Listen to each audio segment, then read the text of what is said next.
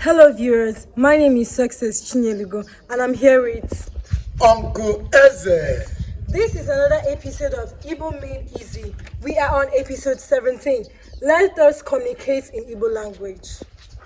So number 1 here we have our Lord and our God. Onye nwe anyị na Chineke anyị. Our Lord and our God. Onye nwe anyị na Chineke anyị. Number 2, we thank you for our children. Anyị na-ekele gị maka ụmụ anyị. We thank you for our children. Anyị na-ekele gị maka ụmụ anyị. 3, Father, protect them.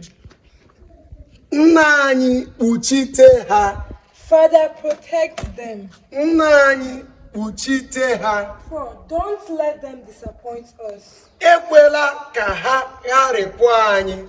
Don't let them disappoint us. Ekwela ka ha gharịpụ anyị. 5, make them great in life. Mee ka ha dị ukwuu na ndụ ha. Make them great in life. Mee ka ha dị ukwuu na ndụ ha. May we smile because of them. Ka ọchị dị anyị n'ọnụ maka ụmụ anyị. May we smile because of them. Ka ọchị dị anyị n'ọnụ maka ụmụ anyị. When they will be of age. Mgbe ha ga-etopụta ihe eji mmadụ eme. When they will be of age. Mgbe ha ga-etopụta n'ihe eji mmadụ eme. May they have good partner. Ka ha nwee ezigbo onye inye aka. May they have good partner. Ka ha nwee ezigbo onye inye aka. May they have good children. Ka ha nwee ezigbo ụmụaka.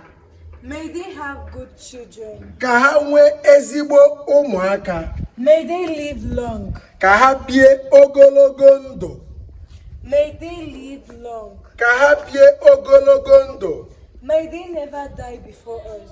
Ka ha ghara ibu anyị ụzọ anwụ. May they never die before us. Ka ha ghara ibu anyị ụzọ anwụ. May our children succeed us. Ka ụmụ anyị nọchite anya anyị. May our children succeed us. Ka ụmụ anyị nọchite anya anyị. May they live to praise you, Lord. Ka ha dị ndụ n'ito gị. May they live to praise you, Lord. Ka ha dị ndụ n'ito gị. In Jesus' name, amen. N'aha Jesu ise. Ọ bụ na nchịkọta Igbo Made Easy episode nke 17 ka anyị wetara unu ọmarịcha let us communicate in Igbo, ya ka anyị kparịta ụka na Igbo. Ọ bụ na ị na-epu anya nwaadị Igbo n'ebe a jikere ma kwadokwa dịka onye Igbo. Ị na-eyi ọ chapụrụ achapụ nke ọma, so gorgeous. Looking at her countenance, she's a proud African lady, of course, from Igbo land. This is only tribe you can get beautiful damsels. Here, we are to tell you that knowing how to speak Igbo is a thing of joy.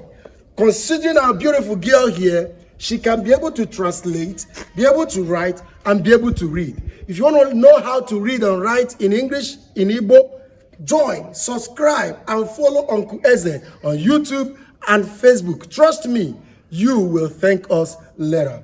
See you in our next episode. Nkoye chiri, ya zero.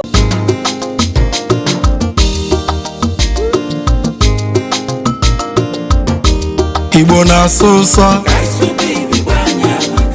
Okwu Igbo na-asụ ụsọ.